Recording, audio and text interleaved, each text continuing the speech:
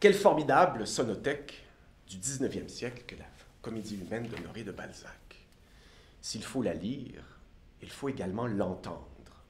Pour qui veut bien y tendre l'oreille, le roman balzacien fait jouer une trame sonore à plusieurs pistes. Employons le mot moderne, le mot piste. Sur la piste 1, les objets, les choses, les outils, les ustensiles, les vêtements de la vie, du plaisir et du travail. Sur la piste 2, les armes, les épées, les canons, les éperons, et dans la suite desquels je mettrai l'argent, les écus et le bruit de l'or. Piste 3, horloge, clocher, sonnette, cadran, toutes les déclinaisons de la cloche et qui vont de la grande campanile qui résonne au petit grelot qui teinte en passant par la bruyante sonnette pendue sous les portes cochères. Donc, piste 3, les cloches. Piste 4, le bruit des moyens de transport, les carrosses, les omnibus, les berlines qu'on entend chez Balzac, et celui des chevaux, et aussi, dans la foulée, chiens, poules, corbeaux, rossignols, soit un bruyant bestiaire qui meule, qui aboie, qui hennit aux quatre coins de la comédie humaine. Piste 5. Appelons-la topophonie. Maison, plancher, salle, voûte, arcade, porte, fenêtre et escalier, soit toutes les vibrations du construit habitable que Balzac ne cesse de détailler, de relever, de noter, de narrer. Piste 6. Les bruits de la nature, les sifflements, les grondements, les orages, les tonnerres. Piste 7. Les mains et les pieds. À savoir cette podomanophonie dont les narrateurs balzaciens détaillent les échos lorsqu'un personnage marche, souvent pour apparaître dans le récit, ou lorsqu'il applaudit, ou lorsqu'il est applaudi, souvent pour disparaître du récit. Piste 8, il y en a 10. Piste 8, celle des contrepoints sciemment creusés dans cette trame bruyante pour mieux en faire goûter les saillies, à savoir les silences. Longs, courts, soupirés, patents, ils forment les blanches, les respirations au sein de cette complexe partition. Piste 9, les bruits pulmoniques, un adjectif que j'ai trouvé chez Balzac, c'est-à-dire tous les sons du corps humain. Gémissements, battements, gègnements, craquements, ronflements, baisers, soupirs et autres râlements, et dont le fameux « ah » de Saint-Joseph que lâche le père Goriot en tordant son bol de vermeil en pleine nuit, et qui font du corps humain, du corps souffrant surtout, un des résonateurs favoris de Balzac. Piste 10, la dernière, la plus importante, celle qui était consacrée sans doute au son préféré de Balzac, celui de la voix humaine. Les voix balzaciennes sont presque toutes en effet des audiographèmes, c'est-à-dire des traits qui identifient les personnages et qui en donnent la marque, aussi distinctive que celle de leurs vêtements, leur visage ou leurs habitudes. En ces voix que les personnages déploient selon une géométrie, une volumétrie toujours calculée, une sorte de proxyphonie par laquelle chacun se protège de l'écrasante surveillance ambiante qui règne dans le monde balzacien. Ces voix, enfin, qui scénographient une audiologie du désir. Car chez Balzac, l'éros passe souvent par l'oreille. La voix, pour reprendre la formule d'Henri Méchonic, la voix, c'est du corps hors du corps. Et c'est souvent par ce très commode corps hors du corps que se rencontrent justement les corps. La passion érotique d'Eugénie Grandet pour son cousin Charles est entièrement audiologique. Idem pour celle de Sarrazine envers la Zambinella ou celle du général de Montriveau pour la duchesse de Langeais. 10 pistes donc qui répercutent jusqu'à nous le politique, l'économique, le philosophique, le scientifique, le militaire, l'urbanité, la spiritualité, la ruralité de la France post-révolutionnaire. Rien ne vit chez Balzac, pour citer Jean-Luc Nancy, sans se résoudre en vibration. Car Balzac était vraiment doué d'une sensibilité étonnante à l'écologie sonore, pour reprendre une formule connue de Jean-François Augoyard. Notre petite communication de ce matin voudrait peut-être faire entendre un extrait, là j'ai écrit un sampling, je sais pas, le mot m'est venu, un sampling, pour être moderne, de la piste numéro 1, hein, les objets. Et plus particulièrement, le bruit de deux objets qu'on entend beaucoup dans Balzac, c'est le bruit des vêtements, le bruit des robes et le bruit des éperons que les hommes portent à leurs bottes. Voyons voir ce que ça fait dans le texte. Les intérieurs balsaciens bruissent au rythme de plusieurs objets domestiques. L'objet qui se distingue de la chose naturelle, hein, le caillou, la branche ou le monceau de sable, et, par les fonctions qu'il engage, les intentions qu'il contient, les volontés de puissance qu'il matérialise, se multiplient dans l'économie industrielle du siècle numéro 19. Poussés par la machine à vapeur, les objets, écrit Martha Carayon, prolifèrent et l'on commence à entretenir avec eux des relations diverses et à se poser à leurs égards des questions nouvelles. L'objet au 19e siècle. Si les objets engagent à l'œil un examen attentif du monde sensible, ils apportent, par leurs usages, au pluriel, hein, leurs usages, une gamme de bruits nouveaux, qui, si l'on tend l'oreille, disent haut les liens dynamiques qui unissent l'homme à ses ustensiles et qui ponctuent le déploiement de ses habitus. Des travaux importants ont abordé la question de la représentation romanesque des objets. On pense aux travaux de Claude Duchet, par exemple, qui propose une approche socio-sémantique de l'objet. On pense également aux travaux de Roland Le Hénin et de Paul Perron, qui ont proposé un véritable système des objets dans la comédie humaine, et un système des objets qui veut montrer le réseau de signifiants que l'objet déploie dans l'espace du roman, appréhendé comme totalité signifiante, écrivent-ils. On pense encore, plus dans la critique balsacienne, aux travaux de Juliette Froelich, qui, elle, insiste davantage sur la valeur indicielle de l'objet dans la comédie humaine, sur leur valeur et leur fonction d'indice psychologique, sociologique et poétique. Et j'ajouterai à cette liste les travaux de Geneviève Sicotte elle-même, qu'elle a consacrés aux objets de luxe dans la littérature fin de siècle. Une analyse, toutefois, attentive à la sonorité des objets voudrait peut-être essayer de cheviller ensemble ces différents plans de signifiance, souvent concomitants, voire simultanés. Entrons dans le texte de Balzac. Il y a une structure en tissu qui résonne au cœur des intérieurs balsaciens et qui concourt, à mon avis, c'est un peu la thèse que je vais développer, à cet encadrement permanent de la femme dans l'univers balsacien. Univers où les gestes de la femme, ses paroles, son corps, sont toujours pris en charge par une forme ou une autre de système autoritaire, que ce soit celui de l'état civil, celui de la cour, celui de la religion. Et l'objet qui fait le plus souvent entendre la présence du féminin chez Balzac est sans doute la robe, ce vêtement coercitif qui sert d'abord à marquer politiquement le corps de la femme et à en déterminer les mouvements. La femme est souvent annoncée par son vêtement qui va désigner aux autres le sexe d'un personnage sur le point d'apparaître, et cela avant son nom, avant sa fortune, sa parole et ses idées. La robe dit aux hommes, souvent aux hommes, mais pas seulement qu'aux hommes, nous allons le voir, que le féminin approche. Car le féminin, ne peut ni surprendre ni s'imposer, il semble. On exige de lui une préparation, un avertissement. La robe est-elle la crécelle de l'être femme? Elle sonne les dangers du continent sauvage qu'elle recèle. Exemple. Rappelez-vous de Raphaël de Valentin, qui a trouvé au lac du Bourget un paysage pur où il peut enfin respirer sans désir, lui qui meurt à cause de ses désirs. Mais les tentations de l'éros ne sont jamais loin chez Balzac. Et voici que Raphaël entend près de lui, je cite, le frôlement d'une robe. Même chose pour Célestin Crevel, en costume d'apparat, qui vient porter ses propositions libidineuses à la baronne Hulot.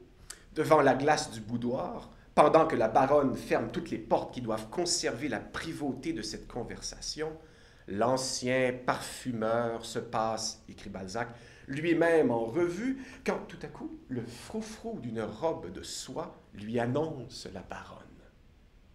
Fin de citation. Le son de la robe termine donc le court moment descriptif, sort le personnage de sa tête et initie le dialogue. Mais le son qui ouvre un dialogue dit déjà le sujet de ce dialogue à venir. Le maillet du juge, le coup de pistolet, le claquement de porte, les froissements de robe ne génèrent pas les mêmes échanges. On dirait que les sons préparent le contenu même des conversations. Les robes donnent le signal aux conversations qui débattent justement de ce qu'elles cachent. Le son de la robe signale l'envers, mot cher à Balzac, de ce dont les mots ne peuvent que parler par contournement et allusion à l'endroit public et surveillé de la bienséance et de la morale. Le vrai, souvent, est dans le son des choses et non dans les mots qui les désignent. Jules Desmarais, autre personnage balzacien, entend venir sa femme, Clémence, grâce, et je cite, au bruissement particulier aux robes de soie, écrit Balzac. Le bruissement particulier aux robes de soie. Mais l'énigme de cette robe particulière demeure entière, car il apprendra bientôt que sa femme est la fille d'un ancien forçat, Ferragus. Et qui donc entend le baron Hulot, collectionneur de femmes s'il en est, au moment où il venait chercher auprès de sa cousine Bette le moyen de rencontrer la jolie Valérie Marneffe, eh bien, l'objet de ses convoitises, précisément Valérie elle-même, annoncée, écrit Balzac, par le frôlement d'une robe dans l'escalier. Et le topo se répète lorsque le baron Caliste du Guénic attend la marquise Béatrix de Rochefide dans un salon de style sobre. La marquise arrive, mais elle arrive bien après, écrit Balzac, le froufrou d'une robe de soie. Le son qui prépare le spectacle de la blanche poitrine, des bras nus et des cheveux foisonnants que Béatrix fera jouer à l'œil du baron. Les murmures de la robe encadrent, contrôlent et polissent les désirs de ceux, et celles aussi, pensons à Paquita Valdés, qui les entendent, mais aussi de celles qui les portent. Louise de Chaulieu, chaperonnée par sa suivante, Miss Griffith, sa demoiselle de compagnie, rencontre nuitamment, dans un coin reculé de son jardin, le séduisant Felipe Heñares. Mais celui-ci devient hors de lui lorsqu'il entend se rapprocher le bruit de nos robes dans le silence de la nuit. Louise, pourtant, voulait seulement être seule avec lui, écrit Balzac. Autre exemple, il m'en reste deux. Au bal des lentilles, c'est au début de Sarrazine, rappelez-vous, le narrateur et la marquise de Rochefide entendent, avant de la voir, une femme dont la robe frémissait dans le silence. C'est qui? C'est Marianina, qui raccompagne son grand-oncle au fond de son réduit secret. À Clochegourde, au château des Morsaufs, l'érotisme est affaire de souffrance, de peine et de répression. En dépit des forts gémissements du comte, en pleine crise, le jeune Félix de Vandenesse, assis sur la balustrade en briques, perçoit avec délice le bruit onduleux de la robe flottante d'Henriette qui revient vers lui. Toute la suite du récit consistera d'ailleurs à écraser le désir, à le châtier, à le reverser dans son contraire, c'est-à-dire la mort. Une métaphore acoustique annonce la punition d'Henriette, d'ailleurs dans le Lys dans la vallée, vous avez reconnu le texte.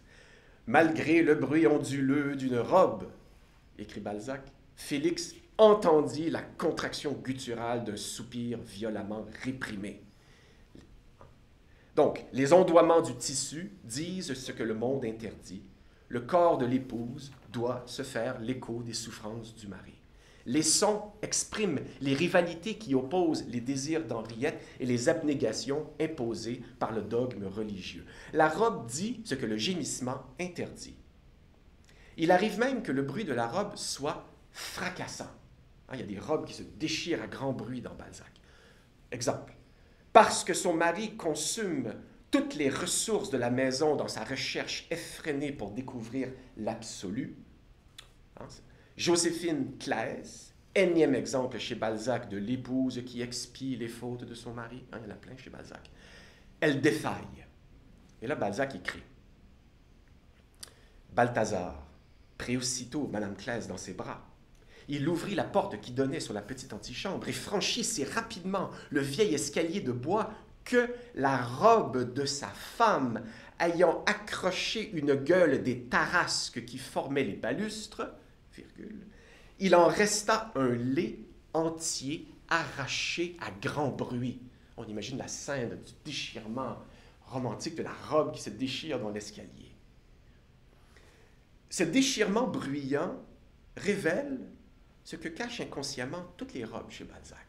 Un monstre, figuré ici par la gueule des tarasques, hein, cet animal fabuleux. Tout le roman de Balzac consiste peut-être à tirer cet animal fabuleux, le désir, de sous la robe, le social, qui le contient. Les bruits de robe parlent aussi, toutefois, à l'oreille des femmes. Madame Vauquet surprend un matin, dans l'escalier de sa pension, le mystérieux froufrou d'une robe de soie. C'est Delphine de Nucingen, née Goriot, qui rend visite à son père. Dinah de la Baudraye comprend, elle, que sa rivale, Madame Schontz, vient de laisser Lousteau seul dans le salon lorsqu'elle l'entend s'éloigner le froufrou de sa robe de soie. Les femmes, donc, chez Balzac, circulent dans l'espace en se guidant sur les signes acoustiques qu'elles se laissent les unes aux autres. Les bruits de robe ne sont pas destinés qu'aux seules oreilles des hommes. Ils sont, de l'antichambre au salon, du boudoir à la chambre, des indices de géolocalisation par lesquels les femmes se surveillent mutuellement et calculent les balais de leur tête-à-tête. Les bruits de robe sont aussi des territoires de parole. Mais soyons prudents. L'œuvre de Balzac ne se laisse pas enfermer facilement dans le moule rigide d'une théorie parfaite.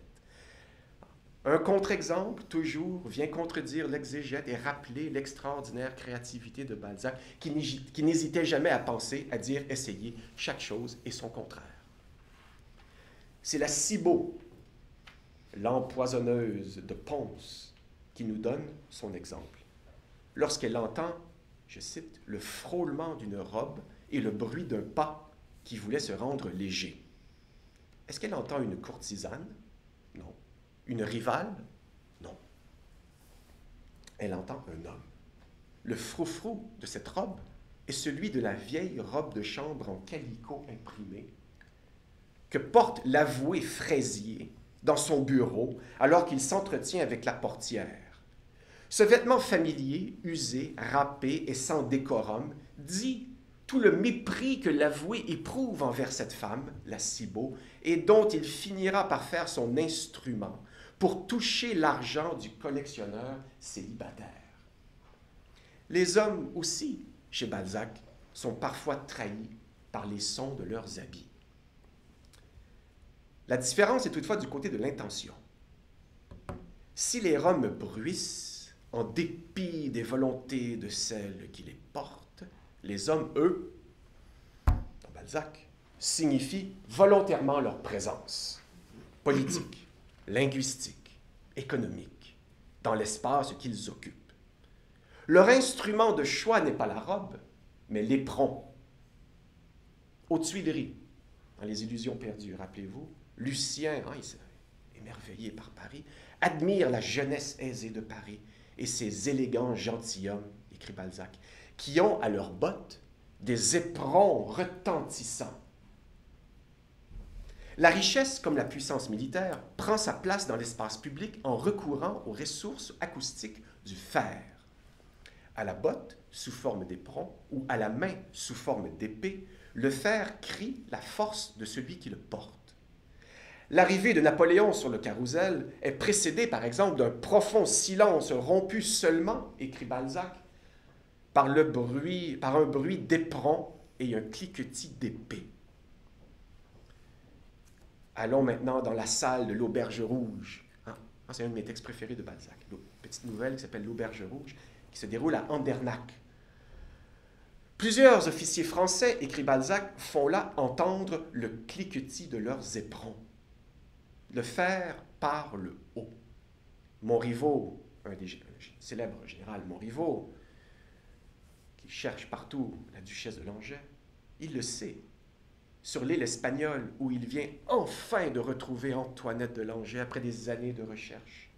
Il est heureux de se trouver seul dans l'église, écrit Balzac, et il fait, sans gêne, retentir les voûtes sonores du bruit de ses éperons. Il manifeste sa présence avec ses éperons. À la violence symbolique de l'Église, qui enferme ses suivantes dans son silence implacable, le général oppose les sons de sa double violence, celle publique du militaire et celle privée du compagnon de la Société des 13. Je conclue avec une dernière phrase. C'est donc c'est une dernière phrase qui ouvre sur autre chose, mais enfin, c'est ainsi que je vais m'arrêter. C'est donc souvent par le bruit des objets, celui des robes qui appelle, gère, d'une certaine façon, les désirs de l'autre, celui des éperons qui crie la violence disponible au cœur des hommes, que le roman balzacien cheville ses actions les unes aux autres et qu'il échappe au péril aussi du régime descriptif par lequel sa prose, la prose réaliste de Balzac, voulait donner un sens au monde.